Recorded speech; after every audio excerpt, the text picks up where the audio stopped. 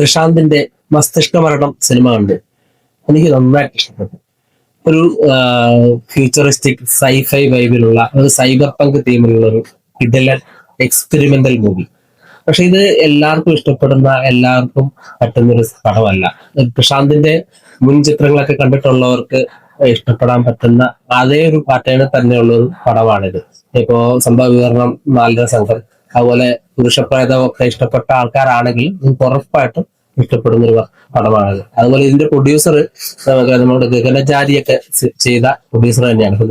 ഗഗനചാരിയൊക്കെ ഇഷ്ടപ്പെട്ട ഒരാളാണെങ്കിൽ നിങ്ങൾക്ക് ഉറപ്പായിട്ടും ഈ ചിത്രം ഇഷ്ടപ്പെടും. നിങ്ങൾ ഉറപ്പായിട്ടും തിയേറ്ററിൽ തന്നെ വാച്ച് ചെയ്യേണ്ട ഒരു പടമാണ്. സിനിമ നടക്കുന്നത് 2046 കേരളത്തിലാണ്.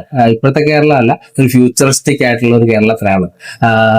റോബോട്ടുകൾ ഓടിക്കുന്ന ഓട്ടോകള്, പറക്കുന്ന കാറുകള്, അതുപോലെ ആൾക്കാരുടെ മെമ്മറീസ് സ്റ്റോർ ചെയ്ത് വെച്ചിട്ട് അത് വേറൊരാൾക്ക് എക്സ്പീരിയൻസ് ചെയ്യാൻ പറ്റുന്ന രീതിയിലുള്ള ടെക്നോളജീസ്, ഇങ്ങനത്തെ ഒരു വേൾഡിലാണ് ആക്ച്വലി സ്റ്റോറി നടക്കുന്നത്. ഇങ്ങനത്തെ ഒരു വേൾഡ് ബിൽഡ് ചെയ്യുന്നത് തന്നെയാണ് സത്യം പറഞ്ഞാൽ ഈ കഥയുടെ ഒരു സ്ട്രെങ്ത് എന്ന് പറയുന്നത്. അപ്പോൾ നായകൻ ഇതുപോലെ മറ്റൊരു ആളുടെ മെമ്മറി എക്സ്പീരിയൻസ് ചെയ്യുന്നു. ആ എക്സ്പീരിയൻസ് ചെയ്തതിനെ തുടർന്നുണ്ടാകുന്ന കോംപ്ലിക്കേഷൻസ്, പ്രൈവസി വയലേഷൻസ്, അങ്ങനെ അതൊരു വലിയ പ്രശ്നത്തിലോട്ട് പോകുന്നു. അത് കോർട്ടിലോട്ടൊക്കെ എത്തുന്നു. ഇതാണ് ഇതിന്റെ ഒരു മെയിൻ പ്ലോട്ടായിട്ട് വരുന്നത്.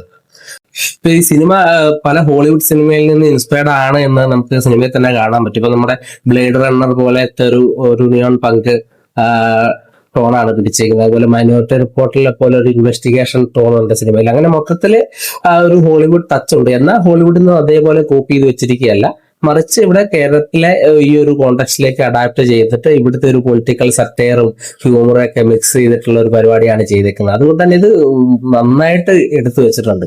മേക്കിങ് മൊത്തത്തിൽ പറഞ്ഞാൽ അടിപൊളിയാണ്. ഞാൻ പറഞ്ഞ പോലെ ഒരു മലയാള സിനിമ തന്നെയാണോ എന്ന് സംശയം തോന്നുന്ന തരത്തില് അത്രയ്ക്ക് വൃത്തിയായിട്ട് ഇത് മേക്ക് ചെയ്തിട്ടുണ്ട്. ഇതിന്റെ VFX, അതുപോലെ ഇതിന്റെ ആർട്ട് വർക്കൊക്കെ നല്ല രീതിയിൽ പണിയെടുത്തിട്ടുണ്ട്. നല്ല ക്വാളിറ്റിയിലാണ് ഇതിന്റെ ഔട്ട്പുട്ട് വന്നേക്കുന്നത്. അതുപോലെ ഇതിന്റെ കോസ്റ്റ്യൂം ഡിസൈൻ ഒക്കെ ഒരു സൈബർ പങ്ക് തീമിനായിട്ട് കറക്റ്റായിട്ട് മാച്ച് ചെയ്യുന്ന തരത്തിലേക്ക് നല്ല രീതിയിൽ എല്ലാ ഡിപ്പാർട്ട്മെന്റും വർക്ക് ചെയ്തിട്ടുണ്ട്. അഭിനയത്തിലേക്ക് വന്നാൽ രജിഷ വിജയൻ ആണ് ഈ സിനിമയുടെ ഏറ്റവും ഹൈലൈറ്റ് എന്ന് പറയാം. തുടക്കം മുതൽ അവസാനം വരെ കിടിലനായിട്ട് അടിപൊളിയായിട്ട് പുള്ളിക്കാരൻ റോൾ ചെയ്ത് വെച്ചിട്ടുണ്ട്. പ്രത്യേകിച്ച് സെക്കൻഡ് ഹാഫിലെ ക്ലൈമാക്സിലേക്ക് ചില ഇന്റൻസ് ആയിട്ടുള്ള ഇമോഷണൽ സീൻസ് ഒക്കെ ഭയങ്കര വൃത്തിയായിട്ട് ഭയങ്കര രസമായിട്ട് ചെയ്തു വെച്ചിട്ടുണ്ട്. സത്യം പറഞ്ഞാൽ രജിഷ വിജയന്റെ കരിയറിലെ തന്നെ ഏറ്റവും ബെസ്റ്റ് റോൾ ഉൾപ്പെടുത്താൻ പറ്റുന്ന റോളാണ് പുള്ളിക്കാരി ചെയ്തേക്കുന്നത്. അതുപോലെ മണിയമ്പിള്ള രാജുവിന്റെ മകൻ നിരഞ്ജൻ, ഇതിലെ നായകൻ എന്ന് പറയുന്ന ക്യാരക്ടർ നിരഞ്ജൻ, പുള്ളി വളരെ നാച്ചുറൽ ആയിട്ട് നല്ല രീതിയിൽ ചെയ്തിട്ടുണ്ട്. പുള്ളിയിലെ ചില കൗണ്ടർ ഒക്കെ ഉണ്ട്, അതൊക്കെ ഭയങ്കര രസമായിട്ടുണ്ട്. അങ്ങനെ വളരെ നാച്ചുറൽ ആയിട്ട് പുള്ളിയും ചെയ്തിട്ടുണ്ട്.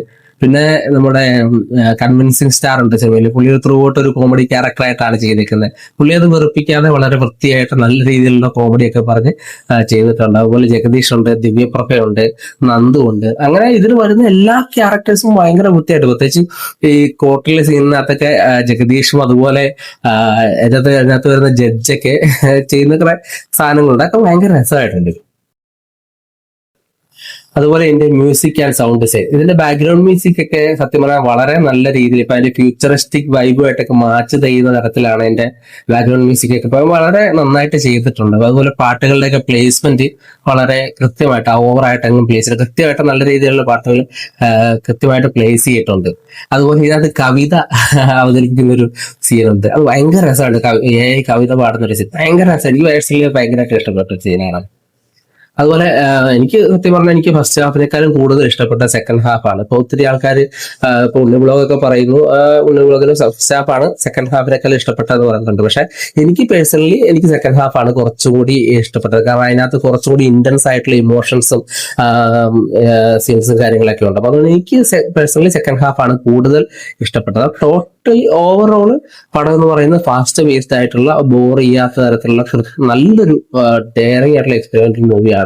അപ്പോൾ ഉറപ്പായിട്ട് നിങ്ങൾ തിയേറ്ററിൽ തന്നെ കാണാൻ ശ്രമിക്കണം. എന്നാൽ ഇത് എല്ലാവർക്കും പറ്റുന്ന ടൈപ്പുള്ള ഒരു പടമല്ല. ഞാൻ തുടക്കത്തിൽ പറഞ്ഞ പോലെ ഗഗനചാരിയൊക്കെ ഇഷ്ടപ്പെടുന്ന ആൾക്കാരാണെങ്കിൽ നിങ്ങൾക്ക് ഉറപ്പായിട്ടും ഈ ഒരു ചിത്രം ഇഷ്ടപ്പെടാൻ സാധ്യതയുണ്ട്.